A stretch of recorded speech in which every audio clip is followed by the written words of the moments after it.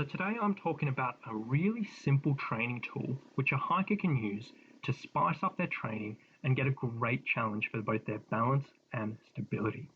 Now, in general, hikers love balance training, which is absolutely fair enough because a huge part of hiking really does take a lot of balance and a lot of stability.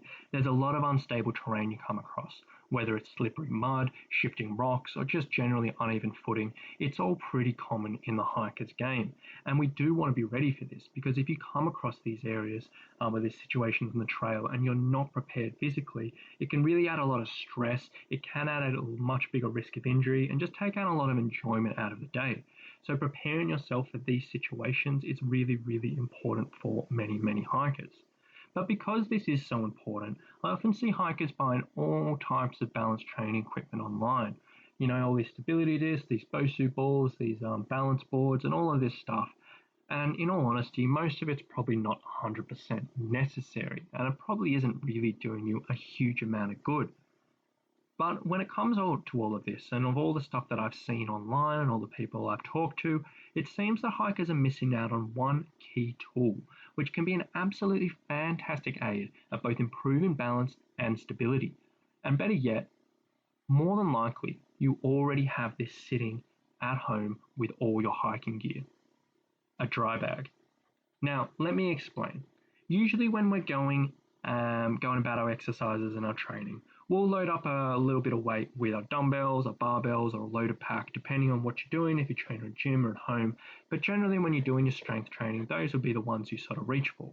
And 99% of the time, this is going to be the best way of going about things. I'll be very clear about that because quite often anyone, not just hikers, will get carried away with this sort of fun training and this different training, this challenging training, and forget about the basics. But the basics are dumbbells, barbells, or a loaded pack, and slowly, progressively increase that weight. They're the basics. 99% of the time, you should be doing that.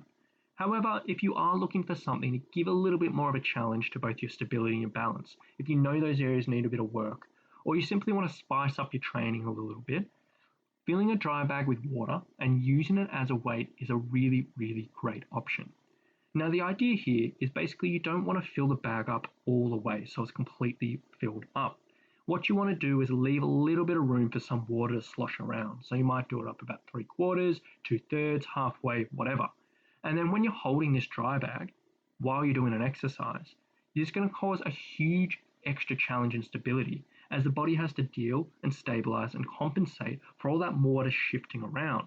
So as you've gone from something that's very predictable and very steady like a dumbbell or a barbell and added this absolutely added layer of unpredictability, instability, and all this extra added challenge with the sloshing of water around.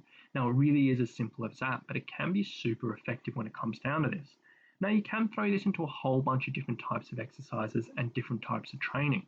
Now, you can use it if you're doing specific balance exercises. You can use this as a bit of a progression.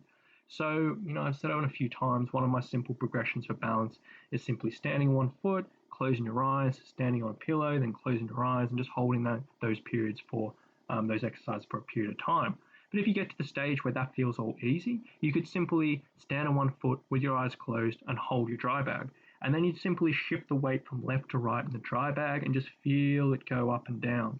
Or you could pass it around your body if you have a small dry bag, if you're really feeling good. Or you could go to start doing some presses and push it above your head. Now, this is going to be incredibly difficult for anyone to do, and it's going to be a massive challenge, particularly if you have your eyes closed. But if you are really trying to push things, that could be a cool option.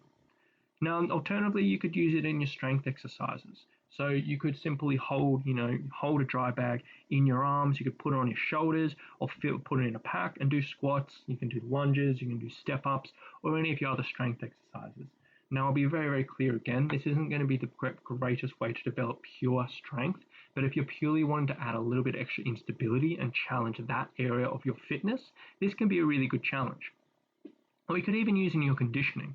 If you're doing some type of loaded carries, which I talked about the other week in one of the other podcasts, you could do loaded carries with a dry bag. You could go down to an oval, or you could do it in a gym. You could do laps holding a dry bag in your arms or on one shoulder, or even holding above your head as you walk up and down or jog up and down. And that's going to be a big challenge. The possibilities here are really endless.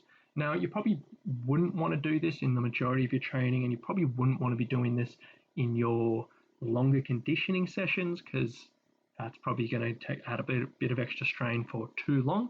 But if you want to throw in a little bit extra challenge for your balance and your stability, do it every once in a while, or do it for a short 4-week period, or simply you're stuck at home and you're a bit bored with your training, you want a bit of extra challenge, this could be something that'd be good fun to give it a go. So if you are wanting this and you are looking down this route, give it a crack. Let me know. I'd be very curious to see how you go about it. I've done a little bit of this training myself. I've never really prescribed it to a client in the past, but I thought it'd be a great thing to share on this podcast for someone out there who might enjoy it. So take that away with you, give it a crack, and if you do give it a go, please do send me an email and let me know. So I'd be very, very curious to hear how you got on. But I hope you've enjoyed this episode today, guys. I hope it gives that a little bit of an idea around how you can spice your training up a little bit and sort of save your money on a little bit of that, if you were trying to improve your balance. If you have enjoyed this episode today, as always, please, I would absolutely love if you could leave me a review on whatever podcast platform you're listening to, or if not, please share this podcast with someone who might get some value out of it. But I hope you've gotten some good information. I hope you've enjoyed the episode, and we'll talk to you very, very soon. Bye.